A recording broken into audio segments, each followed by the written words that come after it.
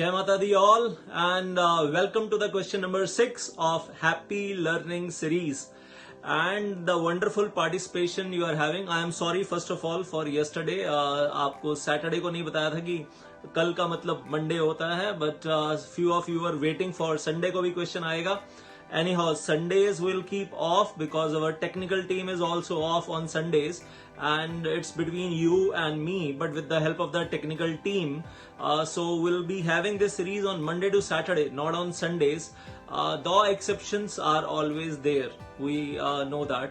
अब एक चीज यहाँ आज का क्वेश्चन नंबर 6 पूछने से पहले रिपीट करना चाहता हूँ. क्वेश्चन नंबर 5 में जो मैंने बोला था that the winners of the previous 3 questions cannot participate in the question today. जैसे मैंने क्वेश्चन नंबर 5 में भी बताया था, रूल्स आर चेंजिंग और मैं चाहता हूँ कि सभी को कुछ ना कुछ जीतने का मौका मिलता रहे और इसीलिए आज क्वेश्चन नंबर 6 पूछने से पहले आपको एक बार कंफर्म कर दूं that question number 3, question number 4 और क्वेश्चन नंबर 5 के जो विनर्स हैं उनको आज क्वेश्चन नंबर 6 में प्राइजेस तो नहीं मिलेंगे. हाँ, वो आंसर देना चाहते हैं लाइव चैट में तो जरूर दे सकते हैं and the rule is very clear. Live chat में ही आंसर देना है and I told you that our team in 3 different parts of India doing work from home, but everybody is checking the live chat and confirming to me. Then only we make the announcement. और announcement भी winner की जो announcement है वो live chat के last में चलते चलते कर दी जाएगी. और अपने कमेंट बॉक्स में ना लिखें क्योंकि दोनों को कोरिलेट करना मुश्किल ही नहीं नामुमकिन है. So and you know that ये जो बॉल है ये जब स्क्रीन पे आपको नजर आएगी तब आपको आंसर देना शुरू करना है.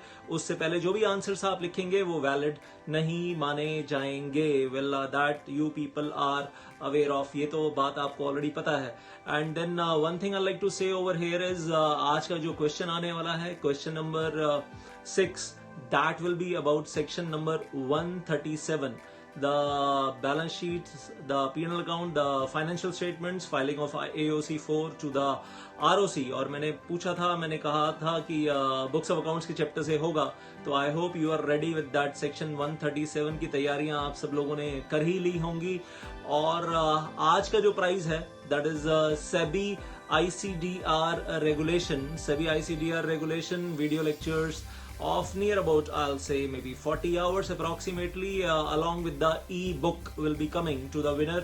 और जो मैं कहूँगा एग्जीक्यूटिव प्रोग्राम में भी काम आता है और प्रोफेशनल प्रोग्राम में भी काम आता है, यहाँ तक कि CA के सिलेबस में भी है, वहाँ पर भी काम आ जाता है. So it is useful to everybody and yes well question is coming. तैयार रहिए. अच्छा, पोस्टल बैलेट के बारे में 2 मिनट बात कर लूँ फिर आगे बात करूं या नहीं. पहले क्वेश्चन. सर धड़कने बढ़ रही है. सर क्वेश्चन बता दो सर. पहले थोड़ा सा पोस्टल बैलेट और ई-वोटिंग के बारे में बात कर लूं. कुछ स्टूडेंट्स कंफ्यूज थे, मेरे पास व्हाट्सएप मैसेजेस आ रहे थे कि सर क्या पोस्टल बैलेट वाली जो आइटम्स हैं, जो 10 स्पेशल आइटम्स हैं पोस्टल बैलेट जिस पे लिखा होगा पोस्टल बैलेट ही होगा if the company is having 200 members और मोर. अगर ऐसी कंपनी है कोई जिसमें 1000 मेंबर्स हैं, लिस्टेड कंपनी है और ई वोटिंग एप्लीकेबल है, तो क्या पोस्टल बैलेट वाली आइटम्स ई वोटिंग से कर सकते हैं? तो answer is yes. Now it is allowed that the companies which are covered in section 108 they may voluntarily conduct the 10 items of postal ballot by e-voting process also. And I hope सबको मालूम है कि postal ballot में और e voting में section 110 postal ballot and section 108 e voting दोनों में time limit का काफी फर्क है. Section 110 postal ballot that is 30 days and section 108 e-voting that is only 3 days, 6 days. That is how it is. लेकिन वो ऑलरेडी सेक्शन 110 में अमेंडमेंट हुई थी और उसमें नया प्रोवाइजो ऐड किया गया था. I hope that confusion is clear to everybody. और एक चीज मुझसे पूछी गई regarding this postal ballot. Sir क्या पोस्टल बैलेट को इलेक्ट्रॉनिकली कर सकते हैं? तो answer is yes. Postal ballot को भी इलेक्ट्रॉनिकली कर सकते हैं, अलाउड है. बाय पोस्ट भी कर सकते हैं और इलेक्ट्रॉनिकली भी कर सकते हैं. लेकिन इलेक्ट्रॉनिकली करेंगे तो टाइम पीरियड वही रहेगा पोस्टल बैलेट का, दैट इज 30 days. और ई वोटिंग करेंगे तो the time period will remain that 3 days, 6 days as the case may be, and the voting shall be closed in e-voting at 5 PM 1 day before the date of general meeting. I hope everybody is aware of that. और कोई और भी कोई question हो आपका तो इसी मैं कहूँगा वीडियो में नीचे कमेंट्स में आप दे सकते हैं, लाइव चैट में दे सकते हैं, कमेंट्स में दे सकते हैं, wherever you want to give. अब आते हैं फाइनली, बड़ी देर हो गई सर, आज का क्वेश्चन। तो आज का क्वेश्चन सेक्शन 137, प्राइस सबको मालूम है ICDR, लेकिन आज एक लिमिटेशन है that there is only one person who will be getting the prize. दिल टूट गया सर, लेकिन आज सिर्फ एक ही प्राइज मिलने वाला है सेबी ICDR रेगुलेशंस को लेकर। And now the question is coming. So the question for you is different situations, और आपको ये बताना है कि फॉर्म AOC 4 और बैलेंस शीट फाइल करेंगे या नहीं करेंगे। ROC के पास 3 आंसर हो सकते हैं, नो फाइलिंग हो सकता है, सिंगल फाइलिंग हो सकता है और डबल फाइलिंग हो सकता है। और मैं एक ही क्वेश्चन में 4 पार्ट्स में क्वेश्चन पूछने वाला हूं। तो पार्ट ABCD आपको आंसर लिखने में मेहनत करनी पड़ेगी आज। Situation A, situation B, situation C, situation D, और ABCD के आगे साथ में आपको बताना होगा A डैश सिंगल फाइलिंग या नो फाइलिंग या double filing, B dash no filing, single filing या double filing, no single double, मतलब इतना ही लिखना है ABCD, और no single double, single filing हो रही है फॉर्म AOC 4 की, या डबल फाइलिंग हो रही है, या नो फाइलिंग हो रही है। तो शुरू करते हैं without wasting more time. Situation A, and situation A is कि इस साल, और अभी आंसर नहीं देंगे आप जब मैं चारों सिचुएशंस खत्म कर लूंगा, जब चारों, और उसके बाद बॉल आएगी स्क्रीन के ऊपर, तब आप आंसर देना शुरू करेंगे। उससे पहले वाले सारे आंसर इनवैलिड हैं। तो अभी सिर्फ क्वेश्चन ध्यान से सुनिएगा, अभी किसी ने भी आंसर नहीं देना है। Nobody should give the answer right now. Now listen to the question carefully. तो सिचुएशन ए क्या है कि एक कंपनी है, नॉर्मल तरीके से एनुअल जनरल मीटिंग हुई, और एनुअल जनरल मीटिंग में वो audited balance sheet, financial statements place किए गए, मेंबर्स ने ऑर्डिनरी रेजोल्यूशन पास किया और अप्रूव किया, और फाइलिंग ROC को करनी है या नहीं करनी है। Situation A. अभी आंसर मत लिखिएगा। Situation B, annual general meeting हुई ही नहीं, AGM हुई ही नहीं, इस साल हमारी कंपनी में गड़बड़ हो गई, कुछ भी हुआ, बोर्ड ऑफ डायरेक्टर्स की गलती है, AGM इस साल नहीं करवाई, और AGM नहीं करवाई तो उस केस में बैलेंस शीट फाइल करेंगे या फाइल नहीं करेंगे। अभी आंसर मत दीजिएगा। Situation 3, and that is AGM हुई है इस साल, AGM हुई है इस साल, और बैलेंस शीट भी ले डाउन की गई है, audited balance sheet share holders के सामने ले डाउन की गई है, लेकिन शेयर होल्डर्स ने अडॉप्ट करने से मना कर दिया, और उन्होंने बैलेंस शीट को अडॉप्ट नहीं किया। उनका कहना है कि बैलेंस शीट में, P&L अकाउंट में कहीं कोई फ्रॉड है, कहीं कोई मिस्टेक्स हैं, तो इसलिए हम बैलेंस शीट अडॉप्ट नहीं करेंगे, और वो ऑर्डिनरी रेजोल्यूशन फेल हो गया जनरल मीटिंग के अंदर। एंड सिचुएशन 4, और कह लीजिए D, तो ABC, and now situation D। And situation D is कि AGM तो हुई, लेकिन बोर्ड ऑफ डायरेक्टर्स ने बैलेंस शीट ले डाउन नहीं की, और ले डाउन नहीं की तो मेंबर्स ने अडॉप्ट भी नहीं किया। तो ROC को फाइल करेंगे या नहीं करेंगे? Start your answers now. So ABCD, और साथ में आपको क्या लिखना है? नो फाइलिंग, नो या सिंगल या डबल।